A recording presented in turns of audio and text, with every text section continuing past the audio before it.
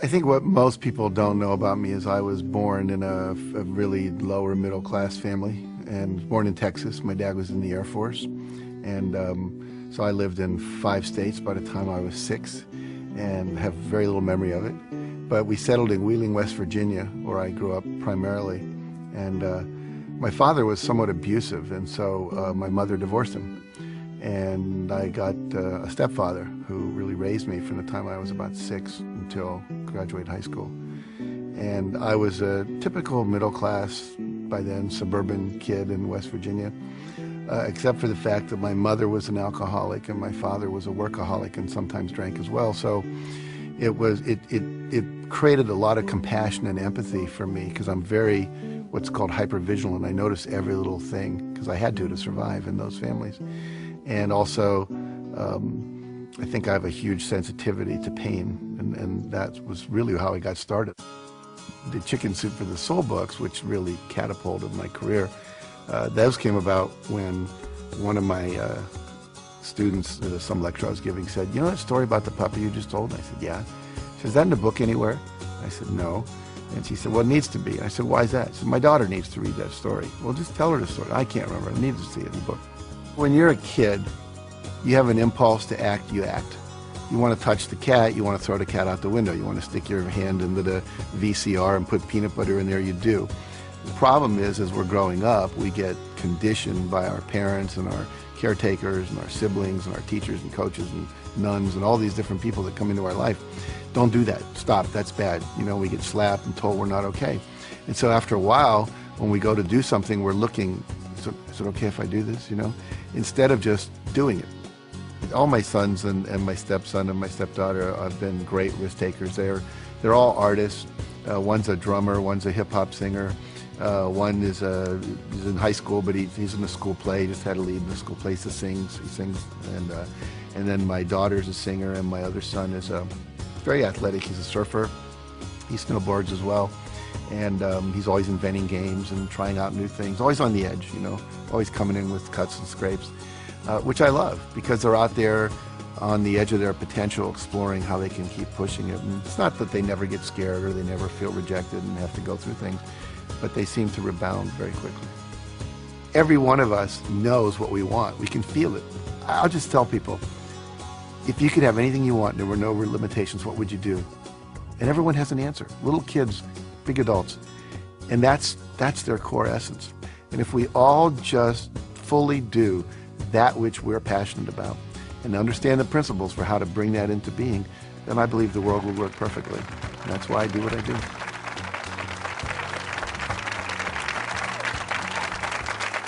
Thank you. Thank you very much. Well, it's a pleasure to be here and to share these ideas with you and really help you take your life to the next level, which is what we all want to do, or we wouldn't come out to these kind of events. I'm going to start by sharing with you a number of very important critical ideas. And the first one is this one. There's a friend of mine, his name is Orrin Hudson, and he was the Alabama State chess champion. And he grew up in the ghettos of Birmingham and became a chess champion. Then he was the #1 Cadillac dealer and became a professional speaker. And I was talking to him, we were having lunch together down in New Orleans, and it was at a professional speakers convention, and we were talking about my new book, The Success Principles, was about to come out. And he said, you know, to me, success is like knowing the combination to a lock.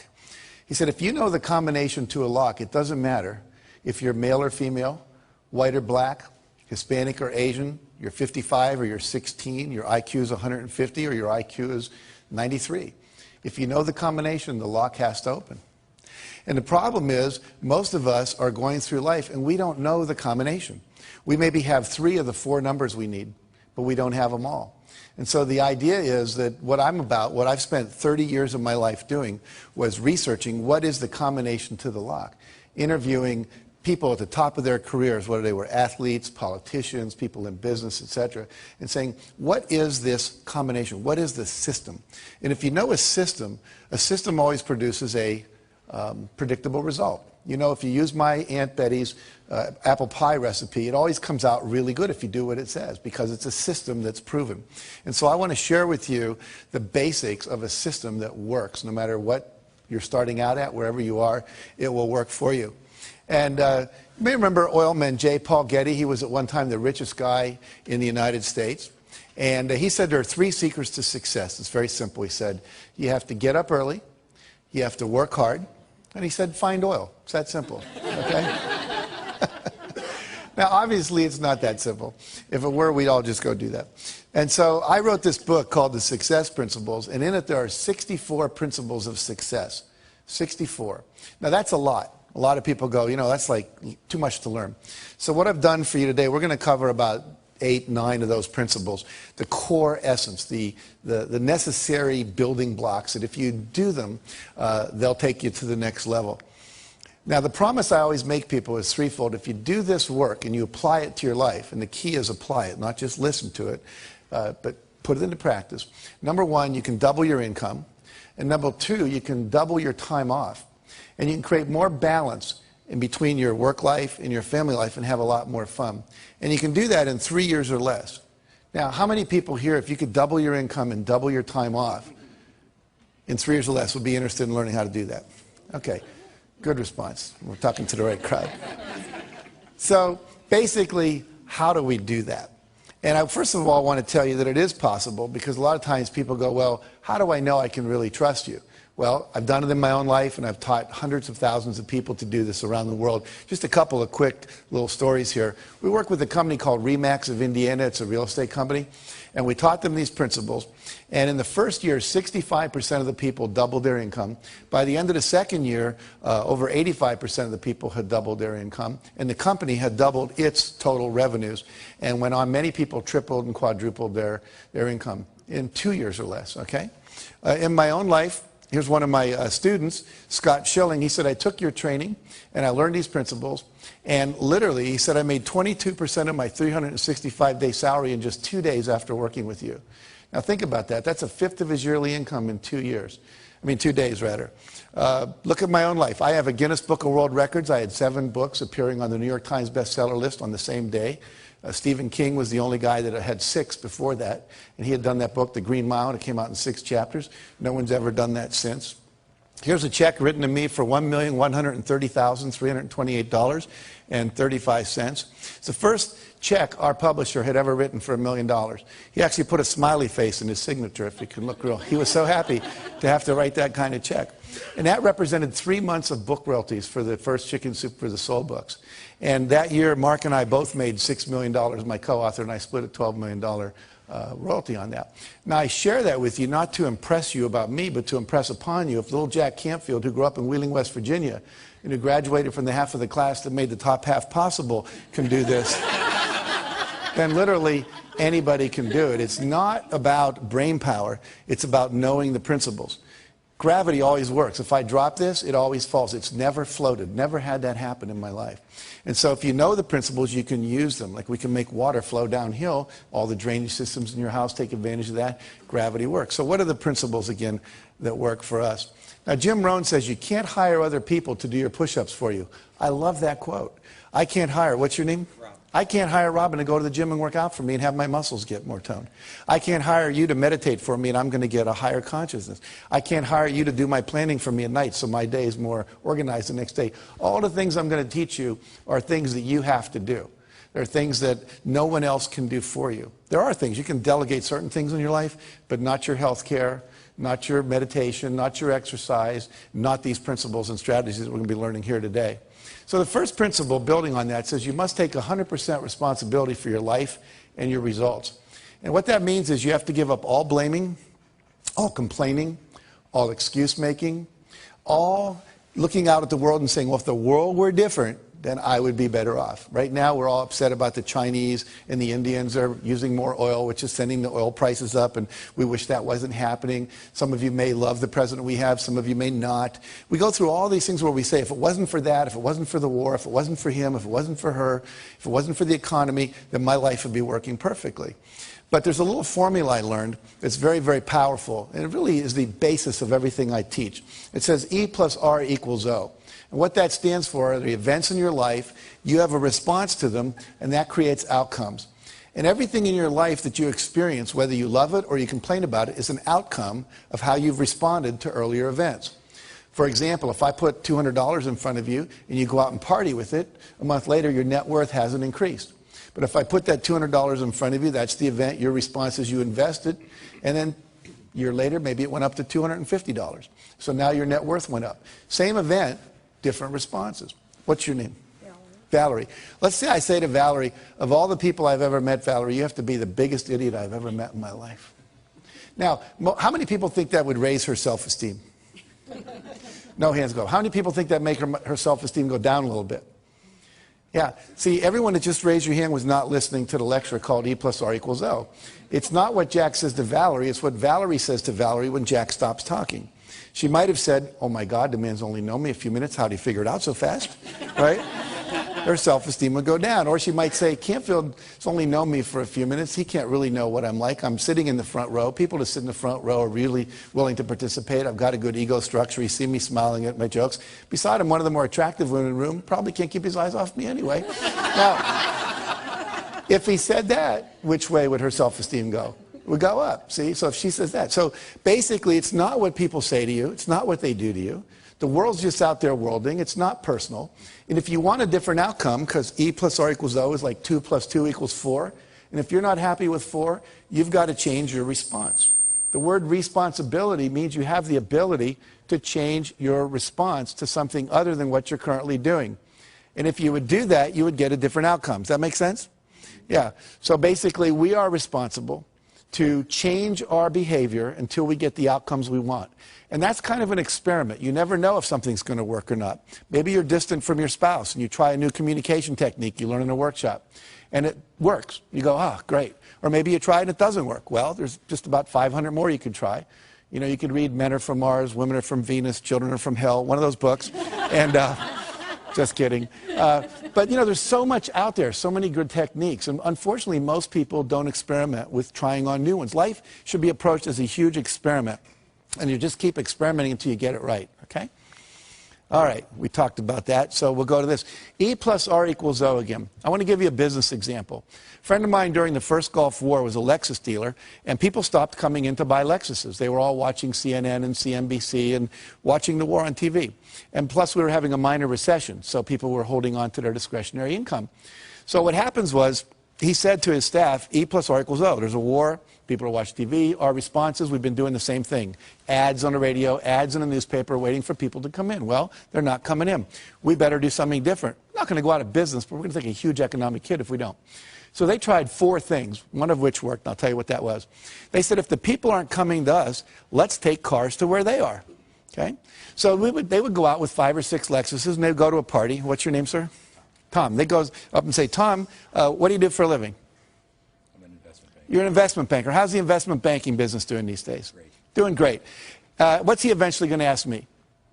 What do I do? And I'm going to say I'm a Lexus dealer. And then I would say, have you ever driven a Lexus? Yes. Yes. Did you like it? Loved it. Loved it. You know, we have a new LS400 outside, never been ridden by anyone. It's got the new Nakamichi sound system, quadraphonic sound. It's got the tilt-back mirrors. It's got the new seats that have the air that comes out that can keep you warm or keep you hot, depending on what you need. Would you like to take a little spin with me, see what it's like? Great. So we go and we take a little spin in the Lexus. Now, you come back in. Let me ask you a question. How many of you have ever test-driven a new luxury car and then got back in your old car? You know that feeling? You were really satisfied until then. Well, they ended up selling over 60% of the people they did that with a new car within 2 weeks. Because they didn't wait. They tried something different. And if you keep experimenting like that, you'll find the R that works, but you have to be willing to take a risk. And the reason most of us don't do that is we don't want to feel uncomfortable, because all new things require discomfort. I'd like you all to do this with me real quick. Fold your hands like this, and you can do this watching at home, in your hotel room, wherever you might be if you're watching this on a TV set. And notice which thumb is on top, your right or your left. And whatever that is, I'm going to ask you to unfold all your fingers and have the other thumb show up on top. Okay? Don't just move the thumb, but all the fingers are moving. Now, how does that feel? Uncomfortable? Awkward, strange, yucky, wrong, not me, right? Now, what does your body want to do? Go back. Wants to go back, so let it go back. How's that feel? Most of you said better. Tom over here went, oh, like, I'm me again, right? What happens is, literally in life, this is what stops most people from being successful. One of the things is that they would rather be comfortable than do what's required. Anytime you do something different, it's uncomfortable by its very nature. Now, most of you remember learning to drive a car. You were probably awkward. You know, you forgot to hit the clutch when you hit the brake. But after a couple months, you're there driving with your knee. You got a Big Mac in your left hand. You're breaking up a fight in the back seat with the kids with your right hand. No big deal. But you have to be willing to go through that awkward, uncomfortable stage. And most people, unfortunately, won't do that. And so they get locked in what we call their comfort zone. So what I want you to do is to realize that life is an experiment. You have lots of responses that are possible. And I'm going to teach you some of those, new ones perhaps, that you can apply to your success. So there's three kinds of responses. Number one is your behavior, what you do and say out loud. Number two is your thoughts. Number three is the images you hold in your head. Those are the only three things you have any control over in your life. What you say and do, the thoughts you think, and the imageries that you hold inside your head. So we're going to look at this whole area of thoughts for a minute. And I'm going to ask somebody to come up here and volunteer to do a little exercise with me. It'll take about 1 minute. So, okay, great. What's your name? Marianne, very good. Come on up, Marianne. And I'd like you to turn around and face the group. Now, are you right-handed or left-handed? Right-handed. Right-handed. Is your left arm okay? Any injuries going on here? Very good. So what I'm going to do is push down on your arm. I want you to push up, okay? So we'll see how strong you are. Very good. Now, you said your name was Marianne? Yes. So say, my name is Marianne, out loud. My name is Marianne. And then resist. That's a very funny last name. But let's... So my name is Marianne. My name is Marianne. And resist, good and strong. Now I want you to make up a name that's not yours. My name is Margaret. My name is Joe. Any name at all, and just say it, and then I'll test your arm. My name is Kathy. Say it one more time. My name is Kathy. And resist. What happened to your arm? It went down. Was it as strong? No. No. And my name is Marianne. Say that. My name is Marianne. And then say, my name is Kathy. My name is Kathy. And without any effort, it goes down. Now see, when you lie, this whole set of muscles goes weak. Okay? Literally, the whole Michael Jackson trial could have taken about 1 minute. All right? And we would have known one way or the other. But see, the reality here is that your thoughts affect your physiology. We just saw that. The brain wasn't designed to lie. It was designed to perceive truth and organize truth and express truth. Then things work. Otherwise, you're called psychotic or you're called a liar and gets in trouble and so forth. So let's look at one of the lies we tell ourselves. I'd like you to think of something you always wanted to do, Marianne, that you didn't think you could. Like, I can't sing, I can't bowl, I can't skydive, I can't start a business and run a family. You know, anything at all that feels true for you. Okay. It would take me a minute. That's okay. I'm kind of confident. Uh-huh. Okay. You got one? Mm-hmm. Okay, can you say it out loud? I can't swim in the ocean out too far. I can't swim in the ocean out too far. So say it again. I can't swim in the ocean out too far. And notice what happens to your arm. Now say, I can swim out in the ocean as far as I want. I can swim out in the ocean as far as I want. One more time. I can swim out in the ocean as far as I want. And resist. Notice what happens now. You're twice as strong. So what happens is when you say I can't, you actually weaken yourself. You weaken your resolve. You actually change your physiology, become less resourceful. You're less capable to actually do the thing you're saying I can't. So it becomes a self-fulfilling prophecy. Do two more quick things with me. Close your eyes and remember a failure experience in your life. You're not going to have to share it with anybody, just to yourself. But you set a goal and somehow it didn't work out. And when you can remember such a time, just nod your head. Okay. You got one? Okay, so I want you to visualize what you saw at the moment you knew it wasn't going to work. There's the pink slip, person slamming the door, whatever it is. And when you have that image, just imagine, just nod your head. Okay, and notice what happens to your arm. Now open your eyes. Did you eat any meals today? Yes. Name one thing you ate.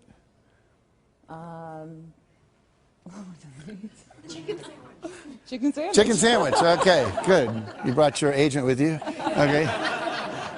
A friend. Yes. All right. So now close your eyes and remember a time when you had a success experience. You set a goal and you achieved it and you were really proud of yourself. You remember such a time? And vision what you saw then. Make a real clear picture in your head of what you saw when you knew it was a success. Okay. And resist. No, it's really good and strong. I want you to do one last thing with me, then we'll talk about what all this means. I want you all to look up at her, look at Marianne, and I want you to think a negative judgmental thought about her. Just make one up. I don't like you, you're an idiot, whatever. Okay? And give her that look parents give their kids when they're disappointed in them. And I want you to resist with all your strength. And notice what happens to your arm. Can't do it. Now smile at her and send a positive thought. Wow, she volunteered in front of all these people to go up there with Jack. And resist. Can you feel the difference? Yes. So what happens here is when you say, I can't, when you lie, when you focus on your failures instead of your successes, and when you surround yourself with people who are judgmental rather than encouraging and empowering, it actually has a physical effect on you. So that's how powerful thoughts are. We see that our thoughts affect us and other people's thoughts affect us. So we have to be very careful where we place ourselves and who we hang out with and who we surround ourselves with. Give Marianne a hand for coming up here. Thank you very much. Okay. So partly here, we've just done this thing. This is called a kinesiology demonstration. Kinesiology is a fancy term for muscle testing, all right? And one of the principles here is you have to eliminate the phrase, I can't, from your vocabulary. I can't, I wish I were able to, I'll try. Those are all ways of saying I'm not capable. And they're very insidious, and it's part of our culture. I actually teach people to wear a rubber band, and if they say something negative about themselves, they just snap themselves when they're aware of it. Not like to really hurt yourself, but just to raise your awareness. In my company, if anyone says I can't or we're not able to, we can't get that done by Friday, you know, they'd say something like, well, we need 8 people to do that. Well, great, call the temporary agency. It can be done by Friday. And if they'd say something negative, it cost them $1. We'd fine them. We'd put it in a jar, and at the end of the month, we'd give it to charity. Well, we stopped doing that after a couple of years because no one was doing it anymore, because the culture shifted because of that focus. Henry Ford said, whether you think you can or think you can't, either way, you're right.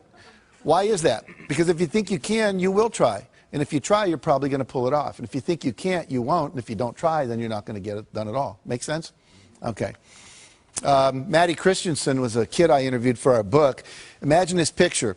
He has no leg from the knee down on this leg, no leg from the knee down here. 2 prosthetic devices that he's got. His right arm is just a normal prosthetic device, and his left arm from the elbow down is a prosthetic device with a lacrosse stick appended to the end. He is the pitcher on his Little League baseball team, and he could use that to catch the ball. His team, with him as the pitcher, went to the New York State Finals in Little League.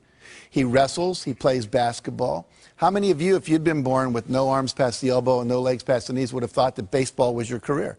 But Maddie went for it. I can tell you story after story. I met a kid named Kyle Maynard last year. He wrote a book called No Excuses. We were over in Ireland together. He has no legs past the knees. He was the #2 wrestler in the state of Georgia his senior year in high school, and now wrestles for the Georgia State University Wrestling Club. Wrote a book on Oprah. He can type 150 words a minute with the stubs of his arms. He can eat with a spoon. I mean, he's the most amazing guy. And we say that, and then when I hear that and I look at these people, I think, what's my excuse? What story am I telling me that I can't do something when these people can do that? And I tell you that hopefully to inspire you to realize you can do anything. There's nothing you can't do.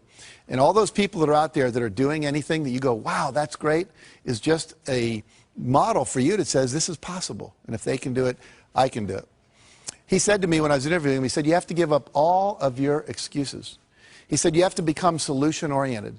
You have to move in such a way that you're always solving a problem. He said it was just a problem to be solved because he was so passionate about what it is that he wanted to do. Some of you have seen Tony Robbins on television, and he tells a wonderful story that we put in our first Chicken Soup for the Soul book of being in New York. He sent his staff out. He said, I want you to go find a van because I want to take some food, put it in some baskets, about 30 baskets of food, and we'll go give it to the homeless people up in Harlem. So they went out to rent a van. He came back a couple hours later from some radio interviews. There was no van. He said, where's the van? He said, Tony, there are no vans for rent in New York. They're all being used. It was Thanksgiving weekend. They'd all been rented up. He says, well, why didn't you just go get one from someone else? I said, Tony, people own them. They're using them. He says, come on. And they went out on the street, and the first van that came by, Tony jumped out in front of it like this and started going like that. Now, Tony must be, I don't know, 7 foot, 8, 10, whatever. He's big. And he said, I learned something about New Yorkers that day. He says, they don't stop. They speed up. So he said that strategy wasn't working. E plus R equals O. We need a different response. So they went to where the cars had to stop, called a traffic light. And then he'd knock on the window, and they'd roll it down, and he'd say, hi, I'm Tony Robbins. You may know me from TV. But even if you don't, what we're trying to do is rent a van, and, you know, find a van. We're glad to pay you to rent it. And we'd like to just get some food and drive it up to Harlem and give it to some homeless people. And they would all say, you know, I don't want to go to Harlem. It might not be safe up there. And so this went on for a half hour. And finally, Tony's staff said, Tony, give it up. It's never going to happen. We're not going to get a van. Let's go eat dinner. And Tony said, that's a terrible attitude. We are going to get a van. It's just a numbers game. Well, another half hour went by. And Tony knocked on the window of this one van, and the window went down, and told him a story. And the guy said, jump in. And as he jumped in, the driver reached over and picked the hat up off the seat that Tony was about to sit in, the passenger seat, put it on his head. It said Salvation Army. Turns out the guy was the head of the Salvation Army, Captain John Runnan, for all of New York City. And they went and they bought the food, and he said, look, there's a worse place even than Harlem. It's called the South Bronx. Let's go there. And so they went and took 30 baskets of food to people living in these, literally abandoned houses. And he said, we lifted a lot of lives. He said, but more importantly, I raised the consciousness of my staff that day, and they realized there's always a van in New York City. But let's look at what some of the principles are of success that are contained in that story. Number one, Tony had a clear intention. You must know exactly what it is you want. You have to have a goal. You have to have a vision. Number two, he had a positive expectation. He fully expected to get it. Pete Rose, the great baseball player, said, he was interviewed once, he said, when you go up to bat, how often do you expect to get a hit? He said, every time. He said, if I'm not expecting to get a hit, I shouldn't be standing there. And you don't always hit it, but you're going to come from that expectation level. He never gave up because he fully expected the result was going to happen. It was just a matter of time. Number three, he took action. Because a lot of times you have great ideas. I was just here today, a guy was talking about, we were talking about horseback riding, and he said, it'd be neat if they made those gel things they put in the feet to put on the saddle of horses, because your butt gets sore when you ride a horse. And I said, that's a great idea. And he just passed it off. I said, no, you ought to do something about that. How many times have you had a great idea, didn't do anything about it, and then a year later someone did something about it, made a lot of money, got the promotion, etc. So when you have the idea, the inspiration to act, it's time. Act. And you don't have to know it perfectly. You can drive from here to California, wherever you might be, assuming you're not in Hawaii, by going west. And what happens is that you don't have to see the whole route. You only need to see 200 yards ahead of you. At night, you can drive just with your headlights, and the headlights keep moving with you. And your goal in life is to get in the game. You don't have to see the whole blueprint. You just have to see the next steps, the next steps, the next steps. And if you keep taking the next steps, eventually you get to where you want to go. Does that make sense? And then he persevered. He never gave up. Some people give up too soon. We were rejected by 144 publishers when we did Chicken Soup for the Soul. Most people don't know that. What if we'd have stopped after 100? Said, well, this isn't going to happen. I wouldn't be standing here talking to you today. We just kept on going until we got the result. It took us a year and a half to sell that book, but we sold it.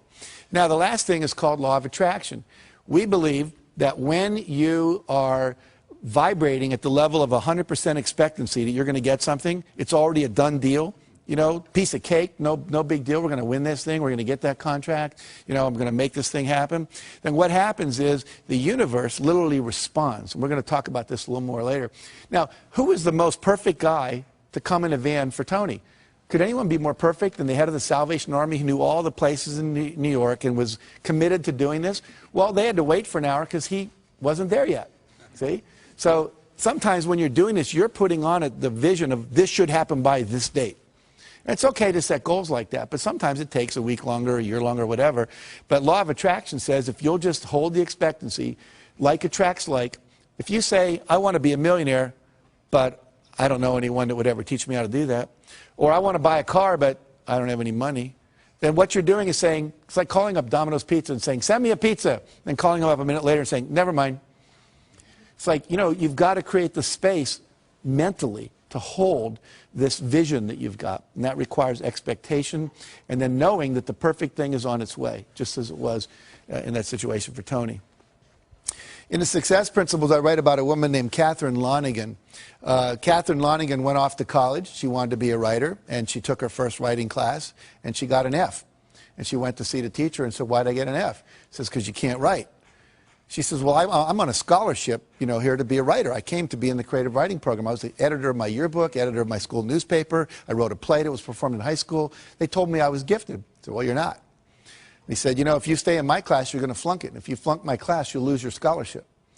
And she said, well, what do I do? He said, I'll make a deal with you. If you promise never to write again, just, history papers and stuff, but you're not going to try to be a writer, I'll give you a passing grade. You'll keep your scholarship, change your major.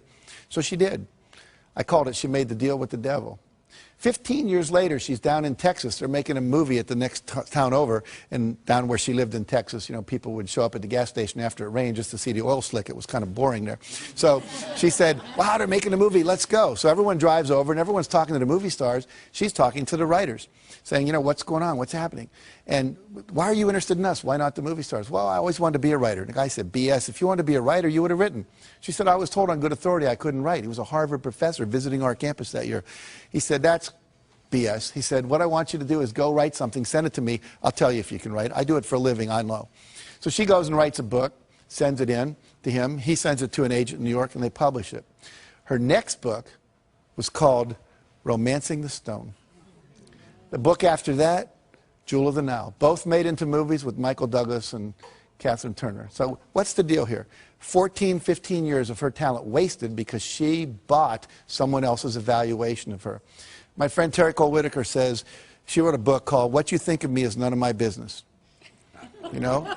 Do not let other people's evaluations of you control you, okay? It's just an E. Your response is, thank you very much. You keep pursuing your passionate dream, okay? Now, another principle is you've got to drop out of the Ain't It Awful Club. What does that mean? It means you have to surround yourself with positive people. We saw when Miriam's arm went down up here when you all did negative thoughts about her. And how many of you, think about this, where do you spend your time? Is it with positive people or is it with negative people? You have to be very careful about where you put yourself. Jim Rohn said, again, you're the average of the 5 people you spend the most time with. Who do you spend the most time with? They're a mirror back to you at what level your life is actualizing at. If your friends are victims and their lives aren't working and their marriages don't work and they're not making money, that's a reflection back. If you're working out with people and hanging out with people that are at a higher level, then that's a reflection back. And what I teach people is always try to get with the people that are the next level up. You're making $50,000 a year, you want to make $100,000, find some people making $100,000 and spend some time with them, however you have to do that. You know, if you want to be more spiritual, go to some spiritual retreats where spiritual people hang out. Get in their space, learn what they do, how they think, etc. We had a story in the second helping of Chicken Soup for the Soul. Carl Coleman's driving to work when his car collides with another woman's car, and they get out, and she's crying, and he's like relieved. This is a minor fender bender. Why are you crying? She said, you don't understand. This is a brand new car, 3 days from the showroom. How am I going to explain this to my husband? He said, well, I'm really sorry about that, but we need to get your registration, your driver's license, your insurance record, so we can, you know, exchange that data so we can file our accident reports. So she goes into the glove compartment of her car, opens up the manila envelope and everything's in. And on top of that, there's a message written in handwriting by her husband. And it said, in case of accident, remember, honey, it's you I love, not the car. See, the women all go, oh. The men are thinking, yeah, right, I don't know about that. But why do we all go, oh? We all go, oh, because that's what we want in life. We want someone to love us more than anything else, especially things, vases that have been in the family for 3 generations, the white carpet, your special sweater or whatever. And when we know that we're loved unconditionally, then you feel safe. And when you feel safe, you get creative. And when you get creative, you come up with ideas that can quantum leap your success. So that's why it's so important. Number 2, success principle, that's really the core principle here, is decide what you want. You can't get from here to there unless you know where here is and there is, right? If you have a GPS system in your car, all you have to do is type in the address. It knows where you are from the satellites in the sky, and it plots a course. Your brain works the same way. The problem is, according to the research, less than 10% of Americans have written measurable goals for the year. In some cases, I've been into companies where less than 3% of the people did. Less than 10% of high school students are ever taught how to set a measurable goal. This is a failure in our education system. You know anyone that got divorced because they didn't know the 7 exports of Brazil or the 5 causes of the Civil War? No, but they didn't know the communication skills. They didn't know how to set goals for their relationship. So many things we're not learning in our education that we now need to learn in these kind of courses. General Wesley Clark, who I interviewed, said, it doesn't take any more effort to dream a big dream than it takes to dream a small dream. So if you're going to decide what you want, go for what you want, not what you think is possible. Most people hone down their dream because they can't see how they can do it. And I'm saying to you, dream as big as you want. In fact, big dreams are exciting. Big dreams attract big people. If Martin Luther King said, I'm going over to the supermarket in Mississippi, I don't think a whole lot of people would have gone down there with him. But when he said, I want to end racism in America, that was a big dream and it inspired a lot of people to want to play. At great personal sacrifice to themselves because it was big enough and worth doing. Walt Disney said, if you can dream it, you can do it. Which means that you're never given a dream that comes out of your own desire place that isn't something you have the capacity to fulfill. You may have to learn some new skills. You may have to partner up with some people. You may need to learn some, how to access some new resources along the way. But all of that is possible if you'll simply dream the big dream. Because the dream doesn't come unless the capacity to achieve it comes with it. Does that make sense? Okay, so trust your dreams. Now, there's 7 dream categories or vision categories that you need to focus on to create a balanced and fulfilling life. Success means having all of this stuff, and I want to walk you through these. Number 1 is financial. What are your goals for your money? How much money do you want to make? How much net worth do you want to achieve? How much money do you want to have when you retire? If you own a business, you have cash flow goals, you have money in reserve goals, you have profit goals, etc. And so we need to have goals clearly set in that arena. Number 2, business and career. What's my ideal vision for my business or my career or my job? You know, I was a high school teacher, and at a certain point I realized I wanted to teach teachers because I just thought I could impact more people. Then I became a teacher trainer. I trained people how to train teachers. And now I'm teaching, you know, on television around the world. So it kept growing. The goal changed, but it was always like, you know, what is it that I want to be doing with my life in relation to my business and career? Number 3, fun time and recreation goals. One year our fun time goals, my wife and I, was learn salsa dancing. This past 2 years I've been learning to play the piano. My goal is to play Jesu Joy of Man's Desiring as well as Bach could have played it when he wrote it. I'm not there yet, but I'm working on it. And so, you know, one year was to go to the Eiffel Tower. We took our kids and we walked up as far as they let you walk, which is about 2/3 of the way up there. Number 4, health and fitness goals. These are things like weight you want to achieve, cholesterol levels. Maybe you want to run a 10K or a marathon. There's just so many possibilities in that arena. Maybe you want to, you know, have your waist come in by a couple inches. You want to grow some hair back. I mean, there's just a number of things you can decide about in that arena of health and fitness. Number 5, relationships. What would your ideal relationships look like? One year I decided I didn't have enough male friends. So I created this thing called Boys Day Out. I'd read this article about Kenny Rogers, the singer, and he brought all these athletes down to his ranch in Virginia, and they would spend a week playing all these different games, tennis and soccer and basketball, and I thought, well, I can't do that, but a day a month would be cool. So I asked a bunch of guys that had control of their schedule, lawyers and psychiatrists and people like that, and we created this day, and we would do guy things. We'd pitch pennies, throw baseball cards, play soccer, go to the racetrack, do ice hockey, broom ball. I mean, you name it, we attempted to do it. And it was really a lot of fun. And all of a sudden, I had the guy energy that I needed in my life. Instead of just complaining about not having it, I said, what's my goal? I want this many men friends, and I set out to create it. Number 6 is personal. And this is just things you want to do because you want to do them. You want to write a letter and get it published in the newspaper. You always wanted to act in a play, just, you know, because you thought it'd be cool, or record a song. Or this could be where your personal growth goals, your spiritual growth goals are. You know, you want to reach enlightenment before you die, learn to meditate, you know, get to know a closer walk with God. Whatever it is for you, that's that arena. And finally, contribution and legacy. What is it that you want to leave to the world? What's your vision of your contribution that you leave behind? You know, we've planted over 1 million trees through our work we do. We've given over $3.5 million in the last couple of years to all kinds of charities, limbs for kids that have lost them, child abuse prevention, so forth and so on. So we picked 5 or 6 areas. We said, we want to make a difference there. Habitat for Humanity, we built some houses and so forth. So what is it you want to do? Pick one thing in your vision and go for it. Now, if you had success in all these arenas of your life would be balanced, your life would be fulfilling. And here's the neat thing. Nobody can tell you what you should want in any of those areas. It's what you want, not what your mother, your wife, your pastor or anyone else says you ought to have, but what do you really want to achieve in your vision? And I usually ask people to look 5, 6 years out about that. You can look farther if you want.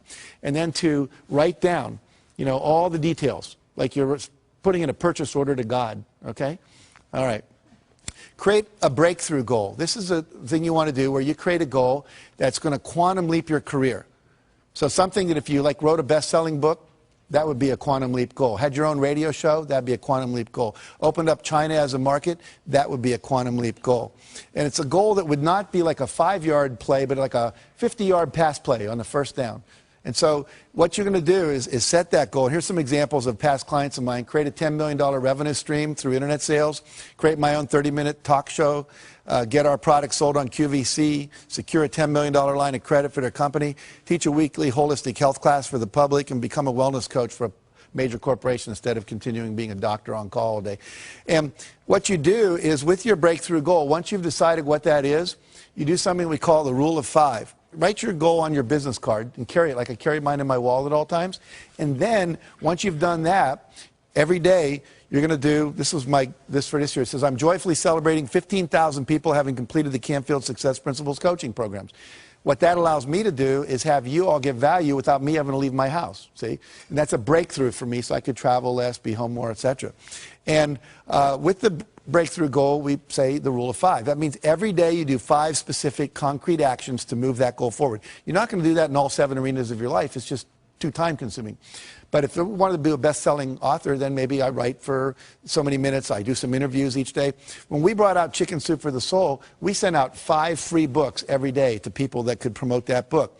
One day we couldn't think of anyone to send it to. We sent it to the O.J. Simpson jury, and we gave them each a book.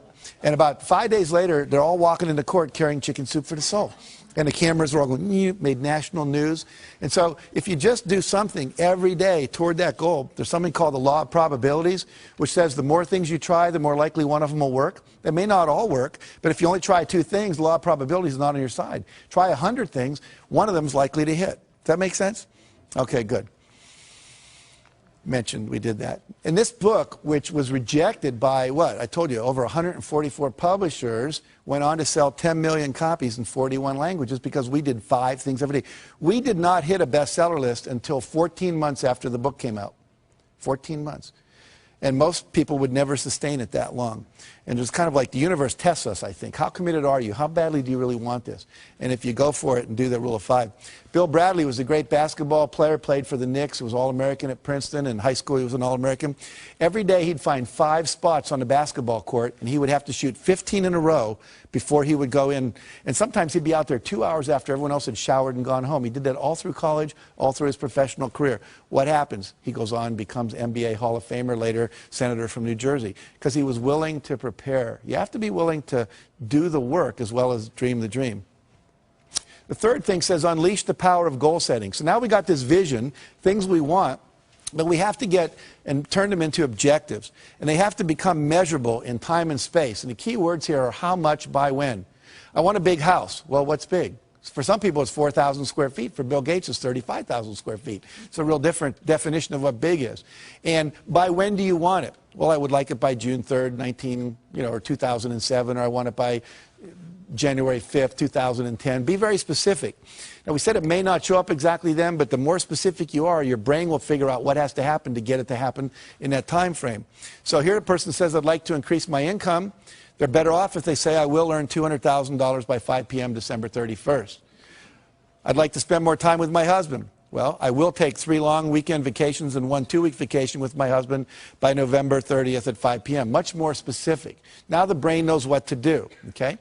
I'd like to spend more time with my wife. I'll take ballroom dancing lessons with my wife for 12 weeks from September 21st to December 21st. As soon as we get specific, there's a part of your brain that starts calculating what to do. If you call a travel agent and say, want to go on a trip, what's the first thing they ask you?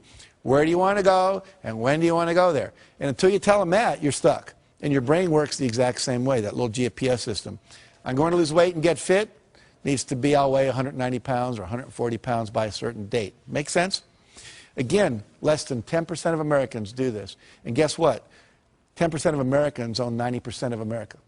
And guess what? They're the same people because they're clear about what they wanted, clear intention. All right. Next area is images. We now know that your body cannot tell the difference between a real event and an imagined event. Okay? If I were to have you close your eyes and imagine you were standing in the middle of a very small terrace on top of the tallest skyscraper in the world, you'd start to have queasy stomach and your hands would sweat because your body would really think it was there, even though you were safe in this room. Now, we can use that principle to our advantage to create success by using this power of visualization. And here's an example. One basketball team at Ohio State University, they took and they said, we want 1/3 of you, they all had equal foul shooting records, to not touch a basketball for 30 days. The other third, we want you to go out and practice basketball every day for a minimum of a half hour, preferably an hour, shooting foul shots for 30 days. And the third group, they said, we just want you to close your eyes and visualize shooting foul shots. Don't touch a basketball for 30 days. And guess what? First group, as you'd imagine, showed no improvement. Second group, practicing for 30 days, they get 24% improvement. And the third group that only did it in their mind got 23% improvement when they brought them back to the court and had them practice. So what happens here? I wish there would have been a fourth group, right? Practice and visualize. We'd have probably got up in the 30 or 40% improvement level. But what this tells us is simply by visualizing your goal as already completed, by seeing it nothing but net every time, the body starts to respond and adjust itself to create the result. So one of the great success techniques is people that are super successful are often called visionaries, and the reason is they close their eyes and they see the future. You create your future by envisioning it, okay? And I recommend you do that every day at least twice, once in the morning when you get up and once before you go to bed. They did a study at NASA where they took astronauts and they had them wear concave lens goggles, which meant you see the world upside down. Imagine trying to negotiate relationship with me and I'm hanging from the ceiling and my right's my left. It'd be pretty complicated. These goggles had no peripheral vision and they had to wear them 24 hours a day for 30 days. What they were expecting was to see if they'd get nauseous, become hostile, lose sleep, to see how they'd handle disorientation in outer space. What they hadn't predicted was that about 25 to 30 days into it, every one of the astronauts, their brain flipped the image right side up again. They're still getting upside down input, but they created new neural pathways. And they came out of this, the psychologists came up with something they call the 30-day principle.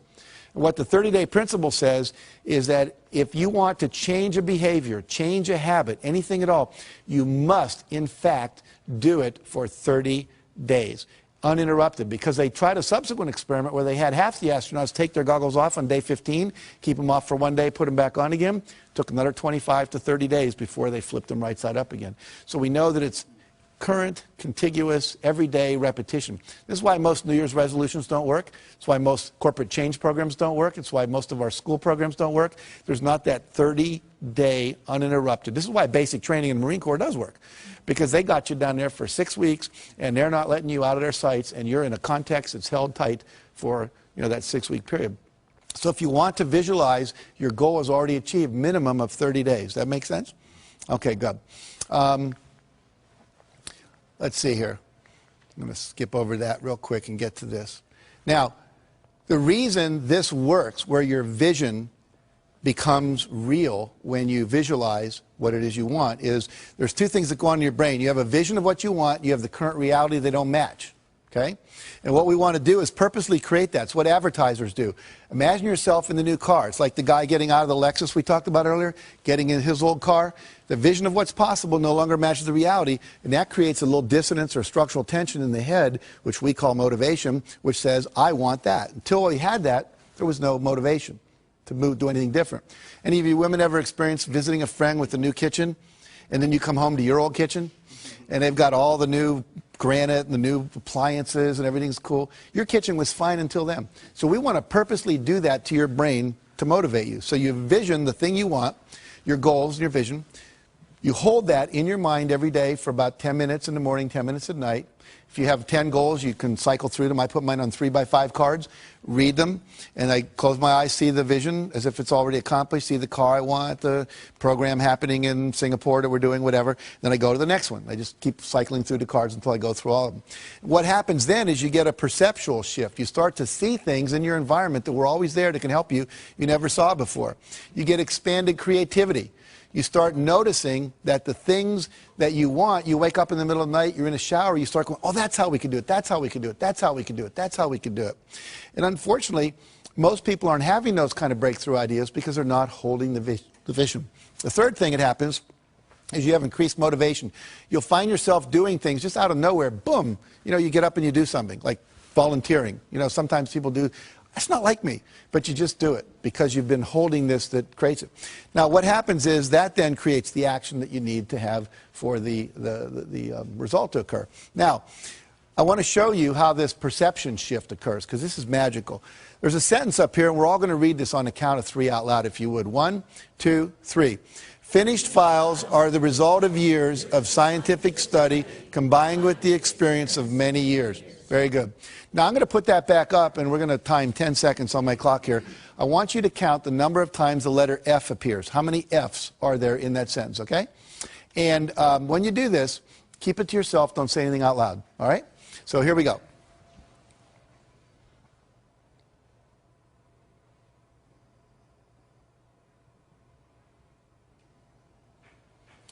Okay. How many counted, by show of hands now, it's real important you participate. How many counted 3 Fs? Hold your hands up. We got about half the audience more. How many counted 4 Fs? About 5 people. How many counted 5 Fs? About the same amount, 7 maybe. How many counted 6 Fs? 1, 2, 3, 4, 5, 6, about 8 people. Anyone count 7 Fs? All right. Now, were we all looking at the same sentence? Go like this. And yet some people saw 3 Fs, some people saw 4, some people saw 5, and some people saw 6. Let's look to see what the real objective reality is up there.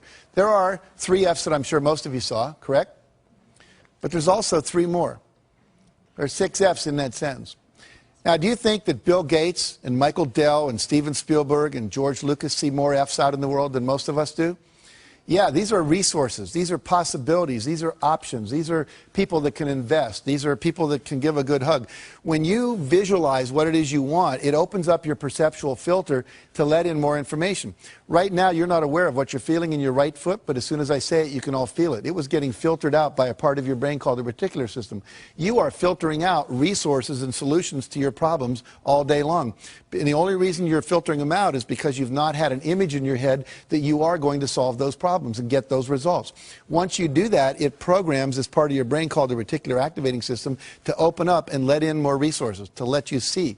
You'll only see enough to match your vision. If you think you're a $100,000 a year person, you're going to see just enough to make you $100,000 a year.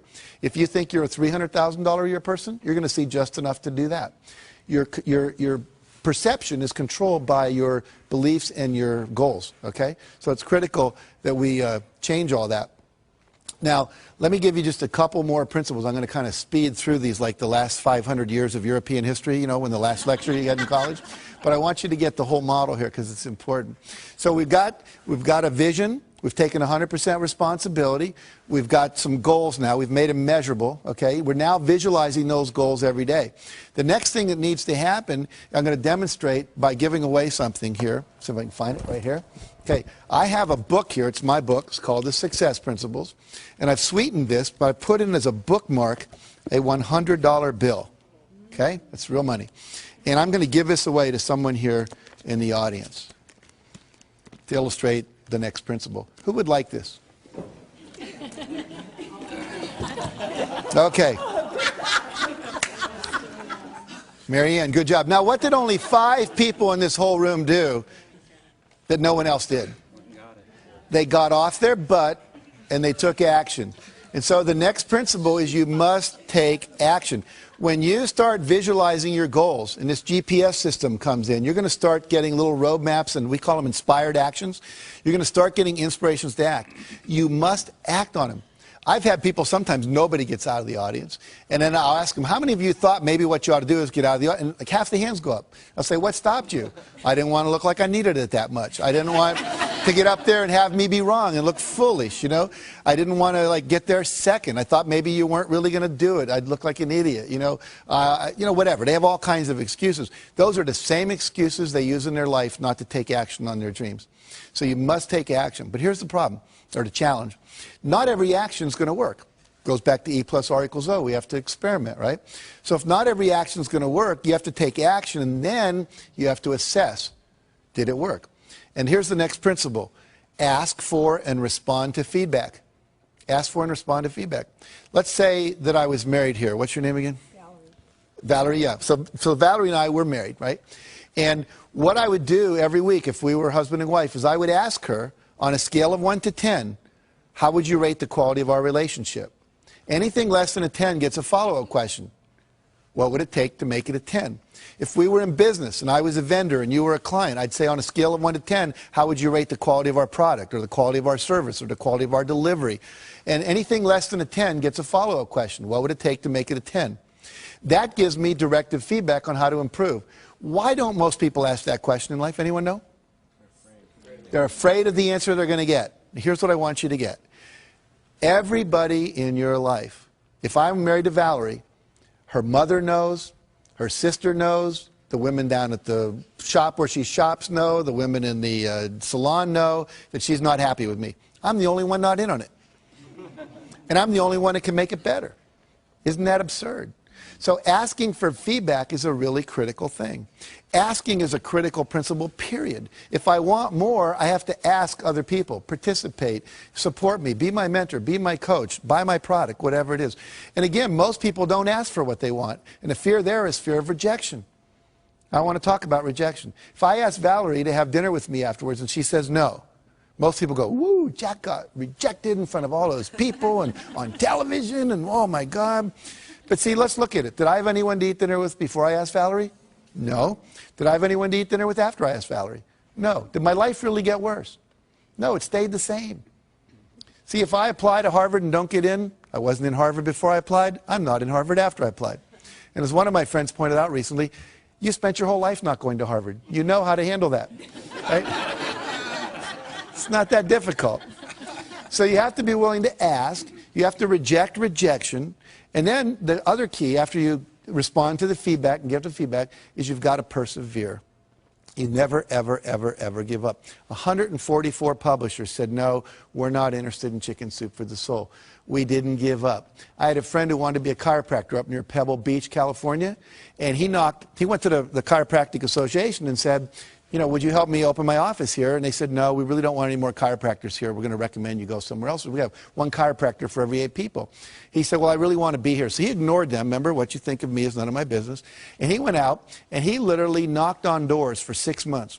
Knocked on 12,500 doors, talked to 6,500 people, and asked 4 questions. You know, should I name my office this or this? Should I put it over in this side of town or that side of town? If I wanted people to come in before or after work, if they had a 9-to-5 job, would I be better open 7 to 9 or 5 to 7? And finally, he said, what newspaper should I advertise in? And lastly, he said, if I do an open house, would you like an invitation? 6 months later, he opened his office. His first month in practice, young kid, still in his 20s, out of chiropractic school, made $72,500 net profit. He netted over $1 million that year. Now, what did he do different than most people? He went out and he engaged people. He asked them, would you like to come? Would you get involved with me? I was giving his talk, and a guy came up to me and said, you know, I've been coming to this church where I was talking to, he said, for 15 years. And now you're telling me about this guy. You know, he came and he knocked on my house. And I talked to him. And I didn't need a chiropractor for 5 years. And then once I had an accident at church, at work, and he said, I still had his card on my bulletin board in the kitchen. And I went to him because you know him. See, we do business with people we know. Okay, so never, ever, ever give up. Ever, ever, ever. Now, other principle. We'll start to wrap this up here. It's never too late to start. Some of you are sitting here or you're viewing this and you're going, but I'm too old. I want to tell you 2 quick stories. Helen Klein. At the age of 55, her husband comes to her and says, I want to train to run a 10K race. That's about 6 miles. She said, are you crazy? We're in our 50s. He said, no, I want to do it. Why don't we just run around the backyard? Now, their backyard was about 3 times bigger than most of our backyards, but it wasn't a ranch or anything. They ran around, and they just dropped dead almost at the porch on the back. Like, and she said, I was so disgusted with myself, I decided the next day I would either walk or run around twice, the next day 3, the next time 4 times. She just kept adding 1 lap every day. Then she started doing it around the block, and she would add a lap every day. Well, in 6 months, she got to the point where she could run a 10-mile race, and she entered it. Now, I met her when she was 83. She was getting an award at the same place I was in California. And she had just finished running a 100-mile marathon. She's run several 24-mile marathons, 5 75-mile ultramarathons, including 1 all the way around Lake Tahoe. She started when she was 55. Cliff Young shows up, Australian, 61, sheep herder, to a race that goes from Sydney to Melbourne. It's about 800 kilometers. He's not wearing Nikes. He doesn't have on Pumas. He's not wearing the latest running gear. All these world-class athletes are there. He's wearing Oshkosh overalls over a T-shirt with a baseball cap, work boots, and galoshes.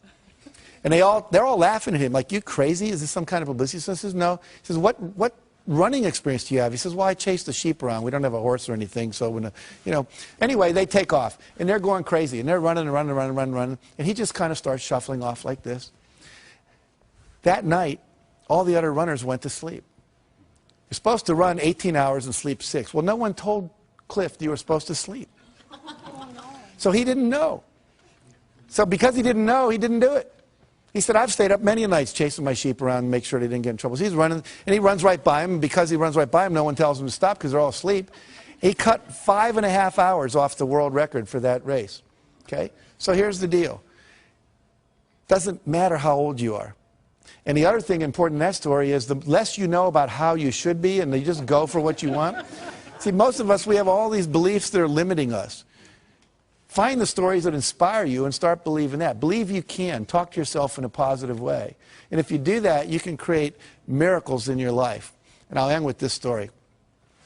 One of my favorite stories, a minister gets a call from his parishioner. Her name is Aunt Hattie, they call her in the church, and he's Reverend Jim. And she says, I just went to the doctor, and they called me and said that I've got terminal cancer.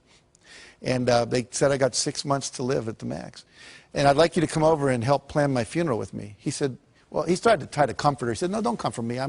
I'm really old and I've lived my life and achieved all my goals. I'm very happy. But I don't trust my kids to do the funeral right, so please come over and we'll plan it. So he goes over and they start planning the funeral. She said, I want this, I want to wear this dress. I want this psalm read, and I want this hymn sung, and I want this open casket. I want these kind of flowers. And I want this poem on a card, a memory card with my picture that people can take away. And then she said, I want to be buried, and I want to have my Bible in my left hand and a fork in my right hand. And the minister said, well, I understand the Bible in Hattie, but why the fork? She says, whenever we have those church socials and we're down in the basement and they come by and they say, if it's going to be a really good dessert, they always say, keep your fork. It's not going to be something like Jell-O or pudding. It's going to be apple pie or cherry cobbler or chocolate cake. And whenever they say, keep your fork, I know the best is still yet to come. So when people come by my coffin and they look in and they go, Reverend Jim, why the fork? I understand the Bible. She was very religious, but why the fork? You just look them right in the eye and say, Aunt Hattie knew the best was still yet to come. And so for all of you, if you'll put these principles into action and not think about them, but actually do them, and if you really want to go deeper, get the book or go to one of my seminars or whatever, you can go to my website and download things. It's just jackcanfield.com and take the forms there and use them. I promise you, for you, the best is still indeed yet to come. Thank you very much.